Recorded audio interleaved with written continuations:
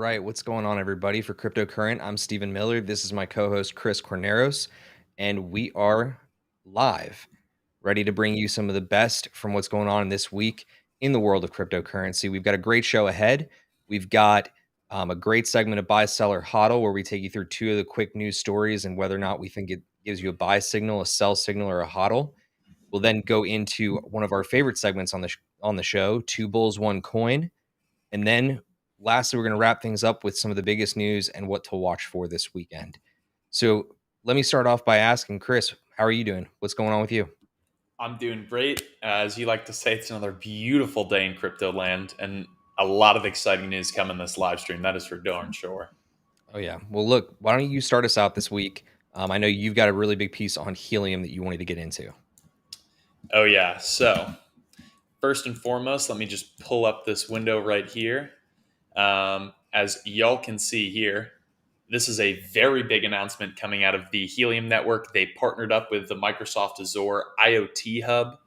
For those of you who don't know, IoT stands for Internet of Things, and a little different from the internet we use. Internet of Things is not so much going on YouTube, watching cryptocurrency live streams, that kind of internet, but it's actually things like weather sensors and those relaying to a news station, telling them temperature, things like that. It's the frequency that those programs and pieces of hardware run on. Now, why do you ask? Is this a really, really big deal? Well, it's simple. Microsoft Azure is used by pretty much every major company in the world. It is the number one stop to basically keep your data in, a great, a very easily accessible place. It's very kind of convenient to use, simple to use. I've personally used it before, and they are essentially the hub for everything you can imagine. And I honestly just don't even know how more to explain this. This is such a big deal. Essentially, what this is Microsoft has an Internet of Things that is kind of built out. It can connect to other frequencies that I'll talk about a little later, but it lets all these sensors kind of talk to each other, pass data, send information around. Then, if you connect to one of the Microsoft Azure hubs, that data then gets put on the cloud. And then as a company, you can go into the cloud and access all of the data that your pieces of hardware have been transmitting. And the reason this is just huge for Helium, but also huge for actually Microsoft and a lot of its stakeholders, is that Helium has a massive network, not just in the United States, but globally. So now this increases not only the amount of transactions, but the speed of them as well. So if you want information, now your sensors can ping off of the Helium network and go straight to the Microsoft cloud. And with a hotspot literally anywhere you can imagine, this is a huge deal. But the other thing that I want to get into, and this is another awesome piece of news, is actually something from Tuesday, which is Helium announcing a partnership with Senate. And this is a United States based Internet of Things that has 1 billion transactions per year. And the reason they are partnering up with Helium as a roaming partner is because if there's a transaction that can't find another Senate IoT beacon, then the transaction just gets dropped. It doesn't happen. But now, if it can't ping off of a Senate IoT beacon, it will instead go straight to a Helium beacon and continue that transaction. So, in the last, 3 days now, 4 days, I think 3 days, Helium has added this massive United States network for Internet of Things and added a cloud server that can, accept all of this data. So big moves coming out of Helium. This is a massive buy signal for me. And I'm blown away. I love a Helium, but what are your thoughts, Steve? I mean, look, this is a really big deal, but I want to actually ask you one other question because I think that it's pretty common knowledge at this point that you've got the two biggest competitors out there for cloud servers are Azure and Amazon Web Services. In the market that Helium is serving, I don't think there's a single other player that is interfacing with Azure or with AWS. Is this the first real integration with the mainstream like data world that you know of? Because I think it may be. Yes. And I can speak to that because I'm technically a data professional. I was gonna say, technically speaking, your part time job is talk show host. So Yeah.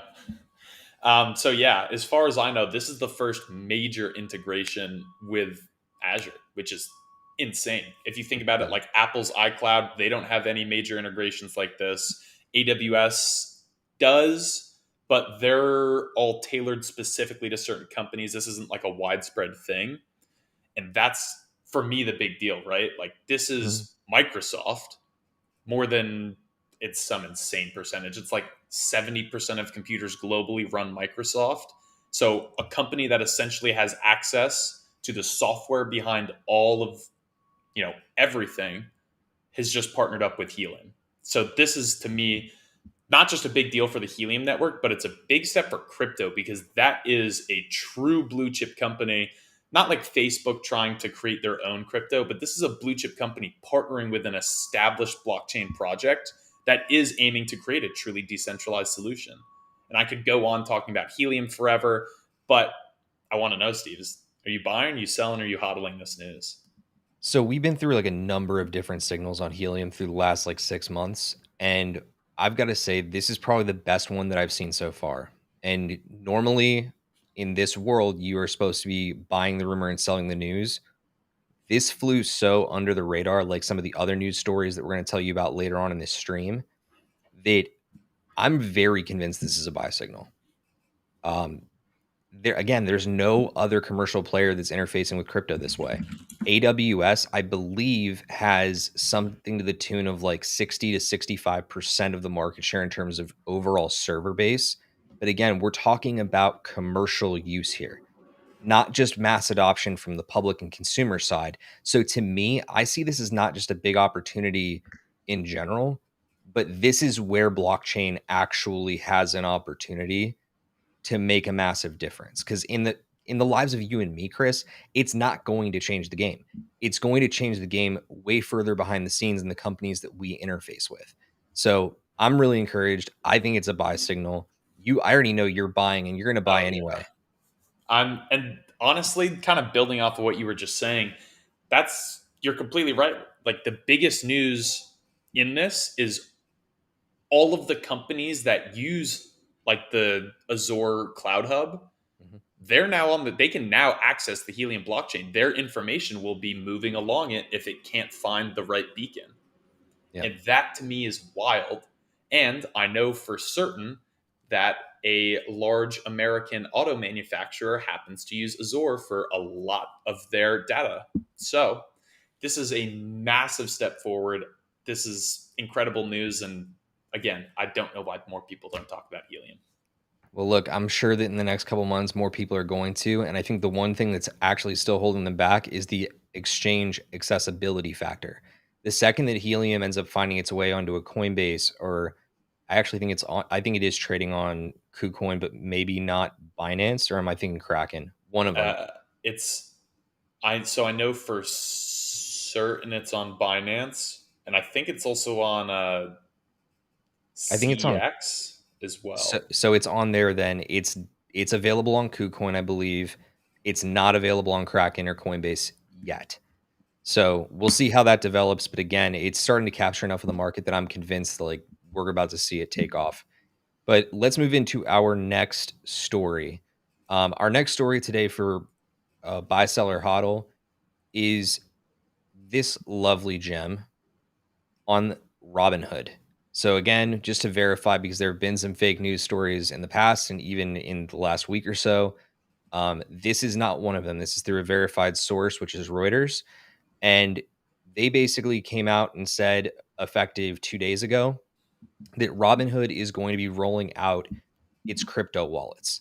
Now, up until this point, Robinhood has been basically just straight away custodying crypto assets for its customers. So, if Chris were to be a Robinhood customer, which Chris, are you a Robinhood customer?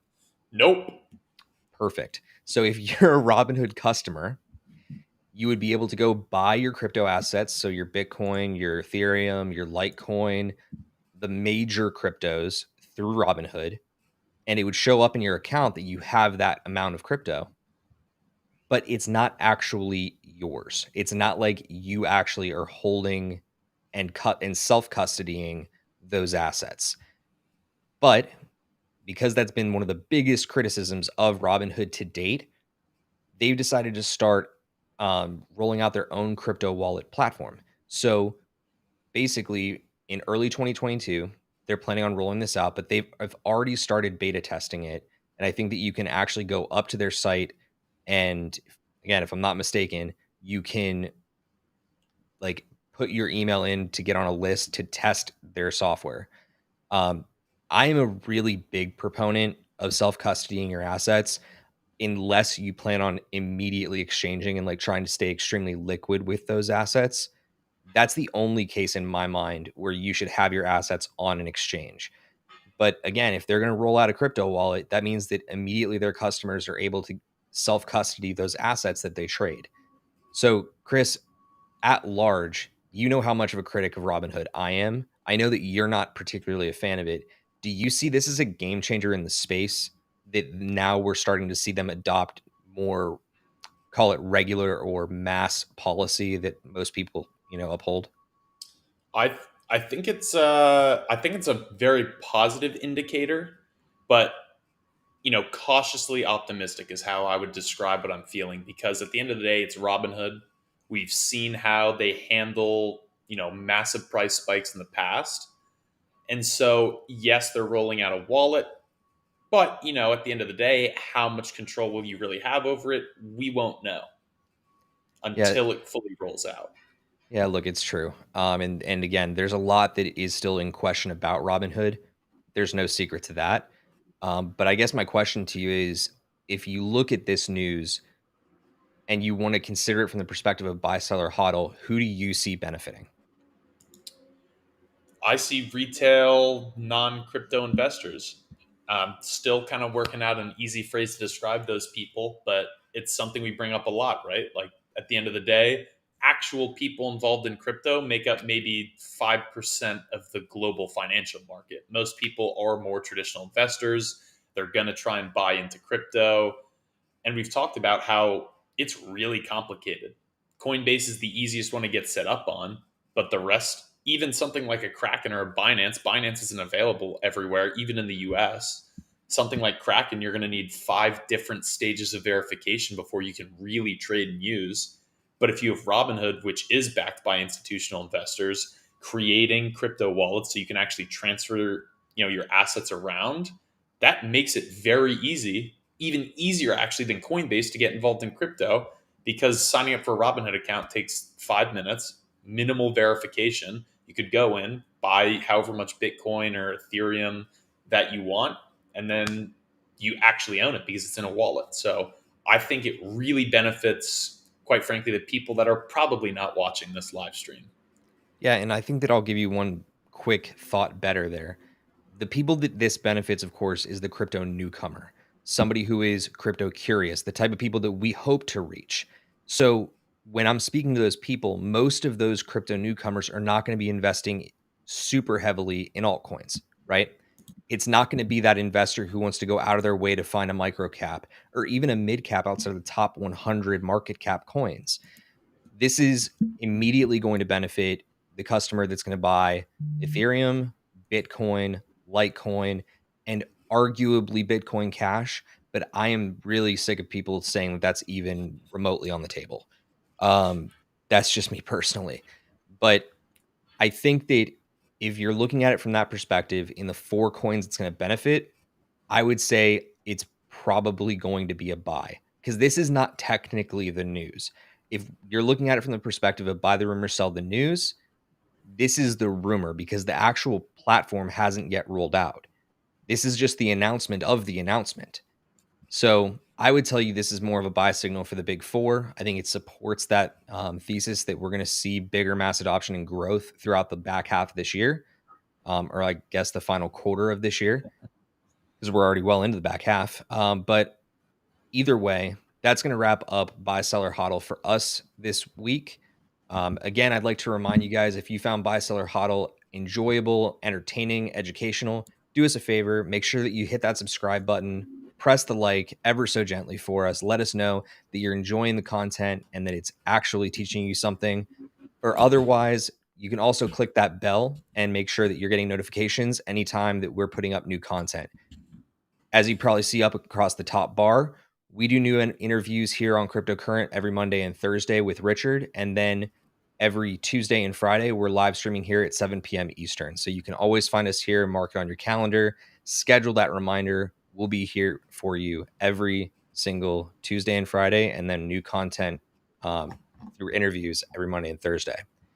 So let's move into the next segment. Our all-time favorite segment here on Fridays, which Chris and I get way too much enjoyment out of, Two Bulls, One Coin. Chris, what are we covering this week for Two Bulls, One Coin? We are going to be covering abracadabra.money, or more specifically, magic internet money, as they so eloquently put it. So magic internet money and abracadabra are this really interesting concept. And to be able to break this down for a crypto newcomer, I have to admit, I think is going to be a little bit challenging. But I want us to be able to at least take a good shot at it, because when you see a project that brands themselves this way, and I'll bring it up on screen here for just a second so you can get a little bit of a feel for it. Nearly did the exact opposite of what I was trying to do. You start to see that this is like, it's really playing into meme culture, right? You get a lot of that 8-bit vibe that you see within the NFT space, but it's spelling it out like it's almost a game in and of itself. So, Chris, as I'm scrolling through here, what stands out to you about this project? First and foremost is that they have their own stablecoin, and that the whole idea behind the project is you can basically collateralize any interest bearing token, so things like USDT, USDC, sushi, etc., and then you can put those up, as collateral. They'll give you magic internet money, which is their token, in exchange. And if you want to take back what you have as collateral, all you have to do is return that amount of magic internet money, which honestly seems pretty interesting. And I'd like to know your thoughts on it, Steve. Look, I'm always going to be very skeptical of something that brands itself this way, because realistically, what are we looking at? We're looking at something that's operating in the DeFi space. Okay. Decentralized finance is something that, for mass adoption to occur, it needs validity. It needs to instill confidence in the buyer, or in the general consumer that's going to be utilizing the platform. So when I see this, and like, I get the very straightforward messaging of the formula is straightforward: collateral in, poof, stablecoin out. Sure, it makes sense, but this is a little bit too playful for me to take seriously on the front. Um, but again, I think that people are adopting it. The one thing that I will say that I find encouraging is it's starting to get bigger partners.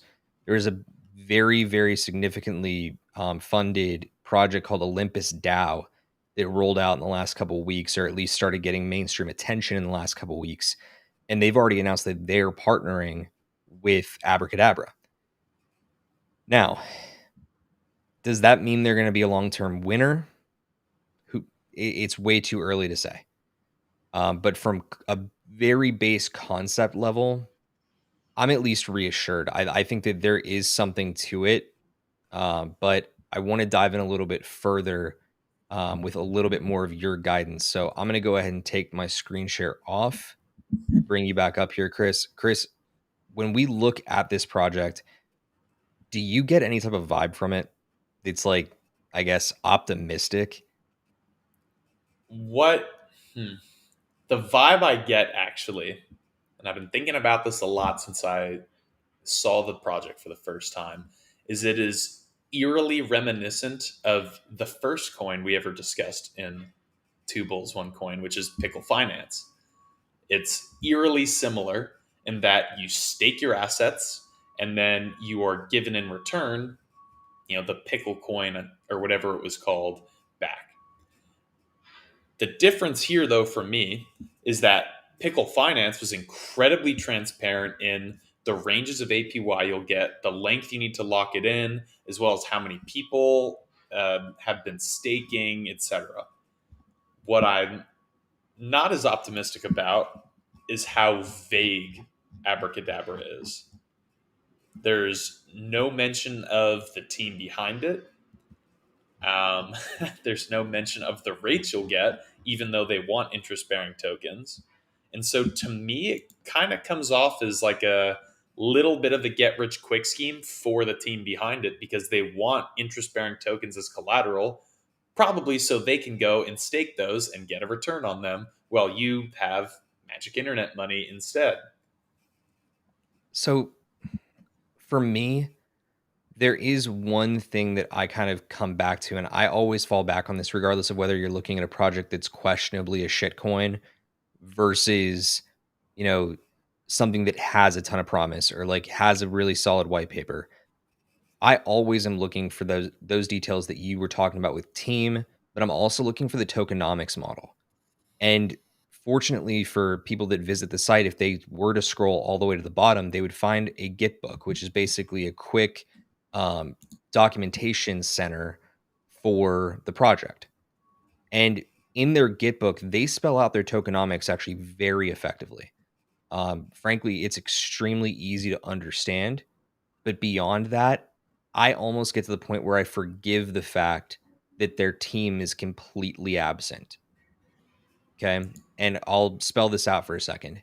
So within this whole abracadabra.money platform, you have three specific tokens. Okay. It's not just one. You have Spell. Spell is basically the token that they're using for incentivization for people to come in and like actually utilize the platform. You have S Spell, which is obtained by staking those spell tokens. And then it's basically used for fee sharing and governance among the people that are using the project. And then, of course, comes our favorite part of this project, MIM, Magic Internet Money, which is their USD pegged stablecoin. Now, there is a deflationary mechanism, which is something that everybody in the world loves to get off on in crypto. If the project has a deflationary mechanism, they see that immediately as an up only marker. But I don't find that to be the case. The real up only marker has to come from the tokenomics. If the tokenomics don't make sense,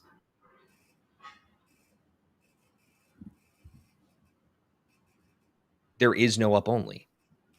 It's fact that they lay out their tokenomics really clearly that on IDO for the basic public sale, they sold only 7% of the total tokens. Now, the team had a pretty significant allocation. They had 30% of the tokens in existence. But then the remaining 45 were base held for both farming rewards and incentives for integrating with the community. I think that on its own is something that somebody really should be paying more attention to is just the fact that it's such a large volume. I think that if the math checks out there, I believe that's something to the tune of 63% is just specifically in incentivization and working with within the actual community. That's a big buy for me. But beyond that, they spell out one other really big detail. And that's the fact that MIM, their stablecoin, is multi-chain. What do I mean when I say multi-chain, Chris? It can talk to and be transacted across multiple blockchains. And I know we talked about this earlier. I believe Ethereum blockchain it works on, as well as Polygon and maybe Solana. Yep. So right now, via any swap as a bridge, Magic Internet Money works on Binance Smart Chain, Phantom Opera Network, Avalanche, Ethereum, and I believe they have plans to roll out Solana in the next week or so. Um, because we're right now targeting interoperable future, that only is doing something very needed in the present, but they have their eye on the future very, very clearly. So I'm encouraged by that. But is there anything else that we need to be bringing up about this project? Not that comes to mind. I'm Okay. still cautiously optimistic. I'm still not all in, but I do think it has promise. I'm just not that sold on it yet. Whereas with Pickle, when we talked about that, and it had similar, So a little different, but I'd say Pickle had similar concepts behind it. I loved Pickle from the get go, and that's because I could go on the site and everything was very clearly explained. I knew if I put an X, this is what I'm getting out of it. And that to me was instant. I want this. I don't think of this as a shitcoin. Abracadabra is, like you were saying earlier, it seems a little less serious. There is a little more kind of mystique to it.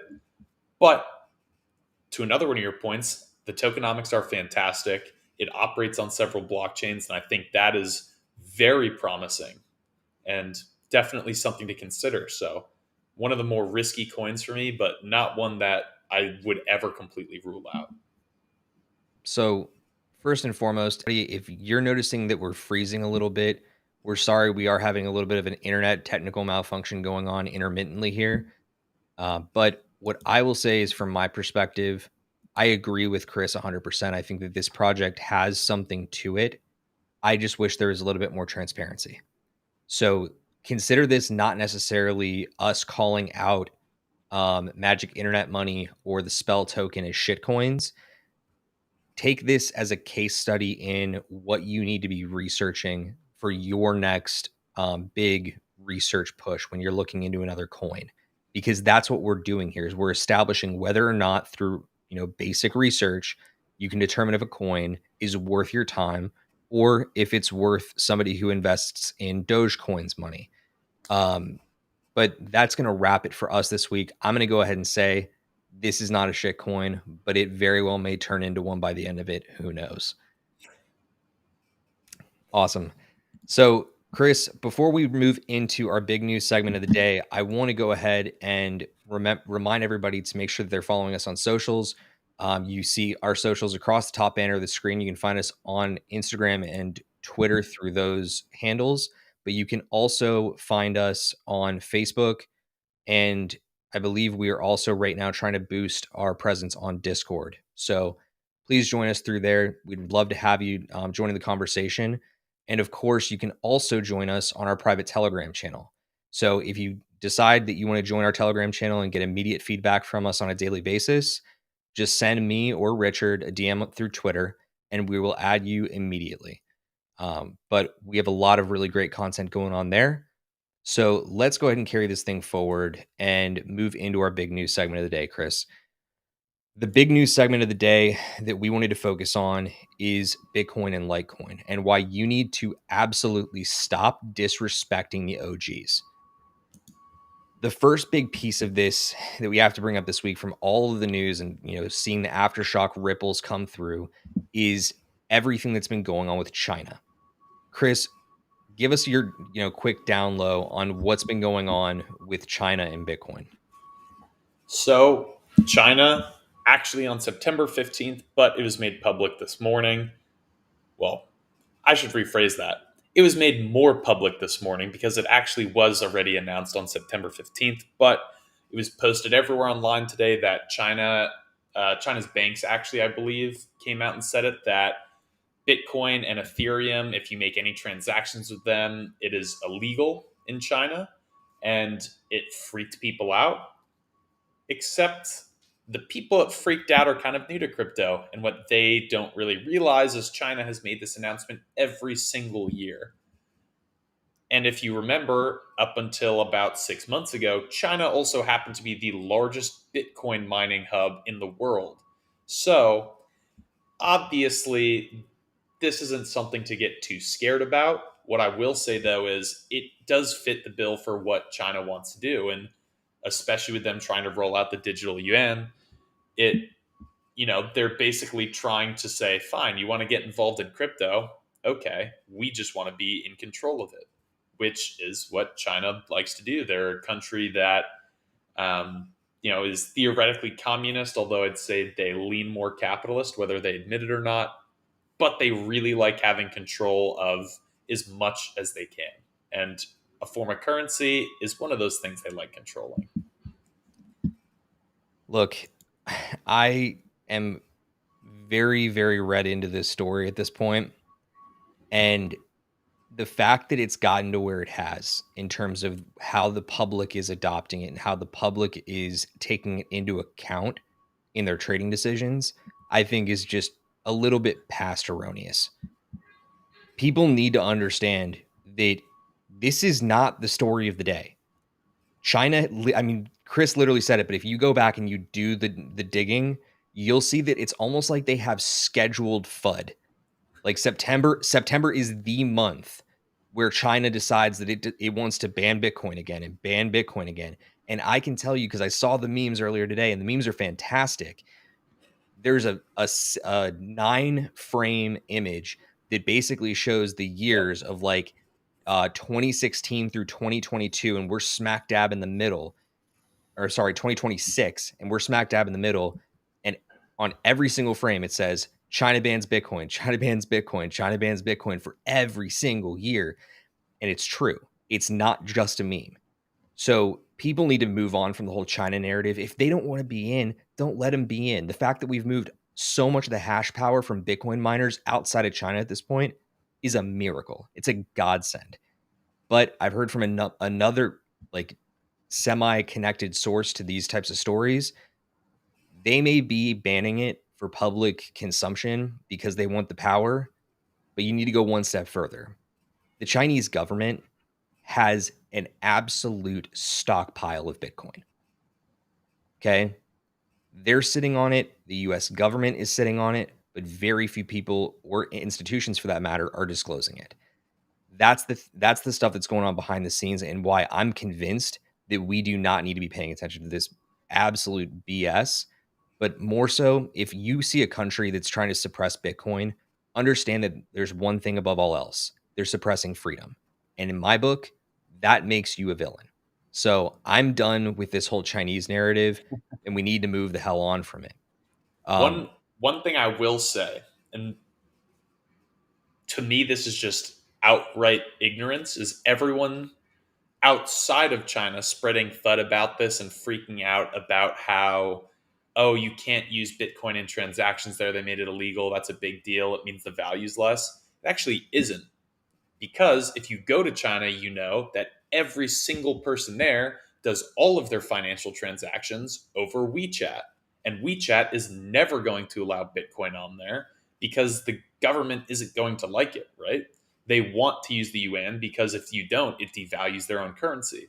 And so, unless WeChat had at any point made Bitcoin transactions available, this news doesn't matter because at the end of the day, the way the Chinese people are going to go to a store and pay for something, or they're going to pay for their taxi, or anything you can imagine, they use it on WeChat. And so that's why I really feel like this shouldn't be news that discourages you, but because it's discouraging, let's call them the rookie crypto people or the newcomers, it's just discount season, baby. Buy that dip. Yep, that's absolutely the truth. So let's give you a little bit more of a reason to buy that dip now. I'm going to go ahead and share my screen again, and we're going to get into what the actual news is. The actual news that we've got going on this week broke, I believe, late yesterday. Sometime in the afternoon, you're right. Yep.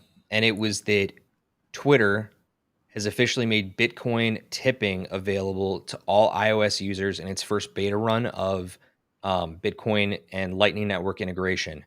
Basically, the idea of turning fans, so like, making an influencer able to turn their fans into funds.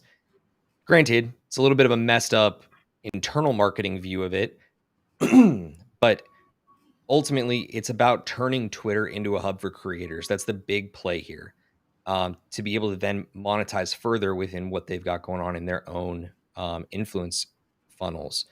So Twitter also plans to roll out an NFT authentication feature through its early, but it's currently still in the early days on this particular product. Now, there's a lot more to this story, but the big piece to me is the fact that we are starting to see not just commercial, but interpersonal and consumer adoption, or at least gateways to consumer adoption that we've never even thought was possible. For the longest time, we thought that like Venmo was going to be the means of transacting. This is going to start to become the means of transacting because they're not just opening this up for Bitcoin. They're going to be opening this up for a lot more platforms so you can literally tip in whatever your currency is, because in the release they actually said that you're also going to be able to tip in fiat. So don't necessarily think about what's right in front of you in the title, be thinking about what it also implies. So NFTs being in the future and giving authentication to whether or not your profile picture matches up with what's in your wallet, that's going to be a big deal. People are going to be able to see with a new little blue check mark in a different space on Twitter that you are actually verified to be the owner of X piece of artwork. To me, that's a massive vote of confidence for Bitcoin, but it's even bigger than that, a vote of confidence in the Lightning Network, which has gotten a lot of criticism over the last 3 years, but today has been adopted not only by a nation in El Salvador, but now by one of the biggest social media corporations in the world in Twitter. Chris, what do you think about this? Is there any other pieces of the story that kind of draw your attention? So, kind of two parts. I first learned about this not from any article, not from any news, but I learned about this on Twitter because someone that I follow tweeted out that they had just sent someone $5 in Bitcoin over Twitter. And to me, that is actually bigger news than this, because it is all well and good to say that you're rolling out a new feature or you're looking to do something, but it doesn't matter unless it works. And the fact that it works and it's easy to do is a very big deal. And kind of what we were talking about earlier with what Robinhood is doing in their wallet. Last Friday, I talked about how Venmo and PayPal were adding, crypto purchases, but they're kind of where Robinhood is now. You don't actually own it.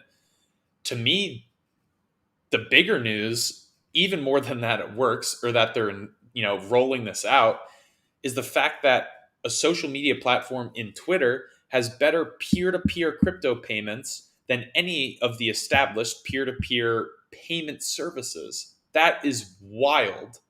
And if I was a massive content creator, I would be jumping for joy, because I think one of the biggest downsides for a lot of creators has been kind of the difficulty in monetizing your content on Twitter, right? Like the only way right now you can actually monetize Twitter is by partnering up with brands, getting affiliate links, things like that. But now if you have fans that go and watch your content or read your tweets, right? Just like with YouTube, where you can become a member to a channel and you can pay, monthly fee to support your creator, you can now tip and support your favorite creator on Twitter. And more than that, you can do it in Bitcoin. And like we saw with Russell Okung and how his salary half in Bitcoin made him the most valuable NFL player last year, this is now, if you're getting tipped in Bitcoin, this is going to make creators insane amounts of money down the line. And that to me is a big, big deal. And I think some people are still missing that. Although I don't think it'll be that way for long. I think people will start to pick up on that. Yeah, I think the one additional piece to it, and you just started to nick it, and I want to make sure that I point this out because I saw another content creator point this out, and it may be the biggest part of this entire story. If you are, let's just use any one of the big banks or a remittance provider, you are shitting your pants right now.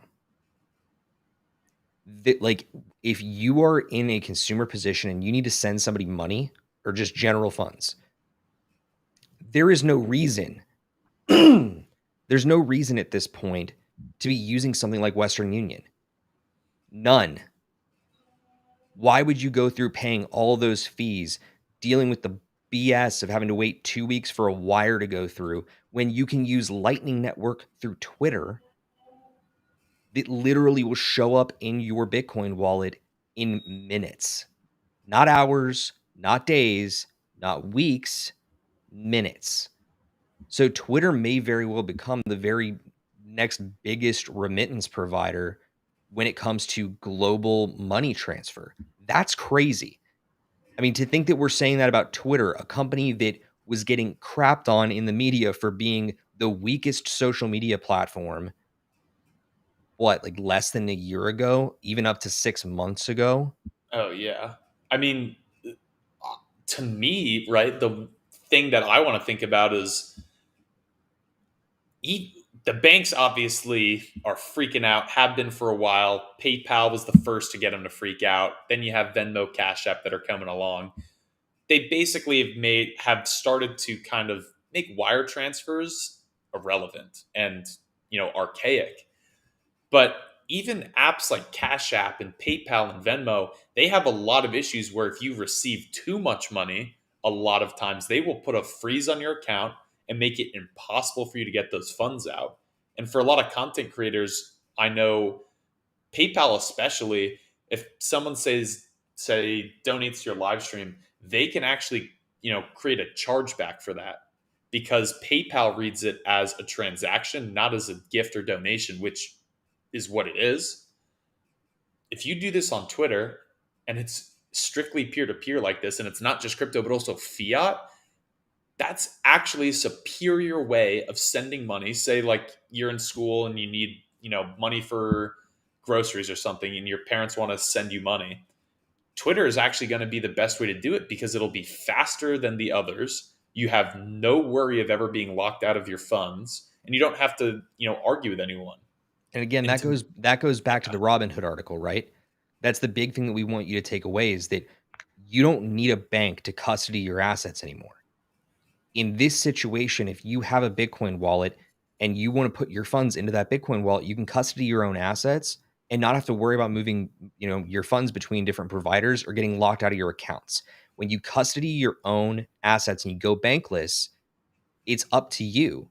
It's your privacy. It's your decision where you send your money. I think that Twitter is doing a phenomenal thing here, and I can't wait to see how they take it to the next level when they truly do integrate this NFT functionality. But before we run out of too much time here, I want to bring up the other final note in this respect the OGs narrative. And this is something that I actually was shocked to find out that this flew that under the radar. But we came to find out earlier on this month, I think it was overshadowed by other news, that Litecoin actually launched smart contract functionality and tokenizing assets and NFTs through Litecoin. I feel like I need to repeat that because it is such a big flippin' deal that you have one of the oldest trusted oscillating cryptocurrencies that was intended to be used as a currency finding a way to roll out smart contracts on top of their blockchain, finding a new way to roll out NFTs on top of their blockchain. That's really, really big. So basically, they came up with this platform and this minting hub called Omnilite. And that is what is immediately connecting and allowing them to do these smart contract transactions on the Litecoin network. I think the big reason why you need to pay attention to this story is that this literally gives a gateway and a reminder to everybody who criticizes the large cryptocurrencies that are intended to be stores of value or just used for currency. A innovate on top of anything that already exists is not limited just because it had an initial mission. When they rolled out um, Mimblewimble on Litecoin earlier this year, it was intended to be a privacy protocol to give the option to enable private transactions. This flew so under the radar and became a stealth rollout for Litecoin right around the time that we saw fake news out of Walmart and Litecoin. I'm going to go out on a limb here and throw a conspiracy theory your way that might just kind of shake you up a bit. I think that somebody accidentally leaked that Walmart information and Walmart forced them to recant. This entire network that they've now managed to set up through Litecoin, it could very easily be what they are going to use to empower not a decentralized, but a blockchain network for the world's biggest retailer, because it's time tested, it's stable, but now because Walmart operates on millions of SKUs across their entire retail operation, those smart contracts allow them to not only accept Litecoin, but accept their payments in a number of different ways and even start selling non physical assets by way of NFTs. So they can sell NFTs for redemption for services. Because again, they, in parts of the world, they have service providers utilize Walmart.com to sell services. Their assets and what they sell, across the organization, that they would need something like this. It's not as simple as just saying there's one way to transact on it. I really think that we are going to see something come out of this that's way bigger than just a stealth update of, Omnilite smart contracts, and way bigger than just a basic partnership. I think that this is going to be the public's gateway to utilizing things like Litecoin and Bitcoin at your local Walmart. Chris, what do you think about this? Hey, I love it. And like you were saying about, the OGs and how people will talk down on them because they're supposed to just be stores of value or means of transacting. I think this just supports that, right? This is Litecoin creating more value for itself. It makes it inherently more valuable if not only can you use it to buy things and transact on peer-to-peer basis, but also with, retailers like a Walmart. They're also enabling smart contracts. So now you can go, hopefully in the future, onto OpenSea and buy NFTs with this, right? This makes it inherently more valuable because you can use it in more places. And I think that is just the biggest takeaway here, right? Bitcoin is that original crypto. The whole point of it is to essentially be the digital version of gold because it's deflationary. There's a hard limit. It theoretically should only go up in value. Everything that's come after it, altcoins, right? They're in theory also supposed to be stores of value, or they're supposed to be for transacting. But the reality is like all the currencies after gold, all the currencies after Bitcoin in the crypto space aren't necessarily going to have that same store of value. But this is Litecoin basically looking at all the coins in the same space as it. So the Ethereum, or think of coins like Ethereum, and basically saying, okay, we're going to one up your smart contracts, Ethereum, because we're not going to have outrageous gas fees to make a simple transaction. And that to me is so important. And I think also why a company like Walmart, fake news or not, would even consider partnering with a crypto for transactions, because Ethereum doesn't make sense when it costs just as much as your purchase for the transaction to even happen. Yeah. And again, this, in my opinion, comes down to information. Because in a transaction that's just like, in a store of wealth asset like Bitcoin, it's simple, right? You're transferring value. But there is far more value in the information that can be utilized on a blockchain. And utilization of information is what's ultimately the greater store of value, more so than just capital or work in the case of Bitcoin, because that's where the value of Bitcoin comes from, is the work that is put in to mine it. There was one thing I wanted to mention on this, because I think that it's really, really key in this whole discussion of like dominant store of value and determining what is a store of value. But I'm going to read this quick quote because Zero Hedge actually hit it right on the nose this morning when they posted this. So as cryptocurrencies use in DeFi and NFT, as cryptocurrency use in DeFi and NFTs becomes more widespread, Ethereum will end up building its own first mover advantage in applied crypto technology. Ethereum can also be used to store almost any information securely and privately on a decentralized ledger. That means the platform has the potential to become a large market for trusted information. When you are compiling that to the point where Ethereum could theoretically become the Amazon of information, and you apply that exact logic to other Web3 platforms and ecosystems, Solana, Avalanche, Cardano, to name a few, those platforms are going to naturally have more value than Bitcoin. So while we talk about the flippening and bringing Ethereum above Bitcoin at some point in terms of market cap, that may not be a foregone conclusion that it's just going to be Ethereum. You could very well see if Litecoin gets adoption for its smart contract use case, that because it is so stable and because it has so much trust in the way the network works, it too could get a huge boost in the coming months. So I'm going to leave it there. I'm going to do my best to link that article below for you in case you want to go back and review the Zero Hedge article that came out this morning. But again, that is our aftershock segment for this week. Let's just, before we go, do a couple of quick reminders on what to watch for in the next week. Cardano Summit starts tomorrow and the 26th. That is going to be Cardano's big event of the year.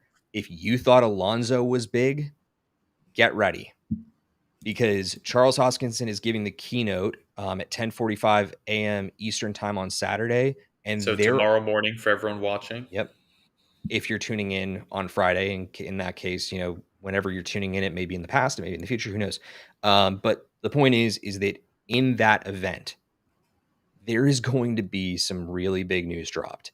And I'm telling you right now, you will not want to miss it. And it is going to be bigger news than Alonzo. And I can't believe I'm sitting here saying that. Part of it leaked this morning. I'm not going to give it away until we actually have full confirmation of it, but it could be huge. The other huge thing that's happening in the next couple days is on the 29th, where Luna, which is the ticker name, but it's Terra, Terra, something you've heard about a couple times on our channel. They are launching a massive network upgrade called Columbus 5. To make it really simple to understand for you guys, this upgrade will basically accelerate the burning of Luna tokens, and essentially the algorithm on the network is going to make it so that turns Luna even further deflationary. The other things in the upgrade basically are going to enable a layer of insurance for projects that are built by Terraform Labs, the company that's behind the Luna and the Terra blockchain, creating a safety net for users. But it's also going to create a bridge linking Terra, Solana, and even Cosmos and Polkadot all together, so that Terra is going to essentially be the hub that you can use to interact with all these blockchains. This is a huge deal, and it's going to effectively allow them to move their stablecoin to USD across multiple chains. So very, very cool news there. Definitely worth watching. I would not be surprised if we see some really explosive and parabolic price action out of Terra. Final reminders and announcements for you guys. We had a couple great episodes come out this week with Russell LaCour from Tantra Labs and Cryptogenic from Sync Network. But next week on Monday, we have Idan Yago from Sovereign, which is a Bitcoin lending platform, sitting down with Richard to talk about how Sovereign is changing the game in Bitcoin lending. Then also next Thursday, Richard is sitting down with Nathan Palavali. I hope I didn't butcher the pronunciation on his name. With Rubik's Exchange, which is a peer-to-peer exchange platform. So we got a lot of great content coming up, guys. Again, you can always join us here on Cryptocurrent live on Tuesdays and Fridays at 7 p.m. Eastern time. We're always here for you. Richard and I come to you live on Tuesdays. Chris and I come to you live on Fridays. But of course, we're here for you on social media. Make sure that you're following us right up above at the handles that we've got in the title bar. Make sure that you're subscribed. Hit the like button if we brought you a little bit of value this Friday. Otherwise, have yourselves a great weekend. We'll see you soon, and stay cryptocurrent. Have a good one.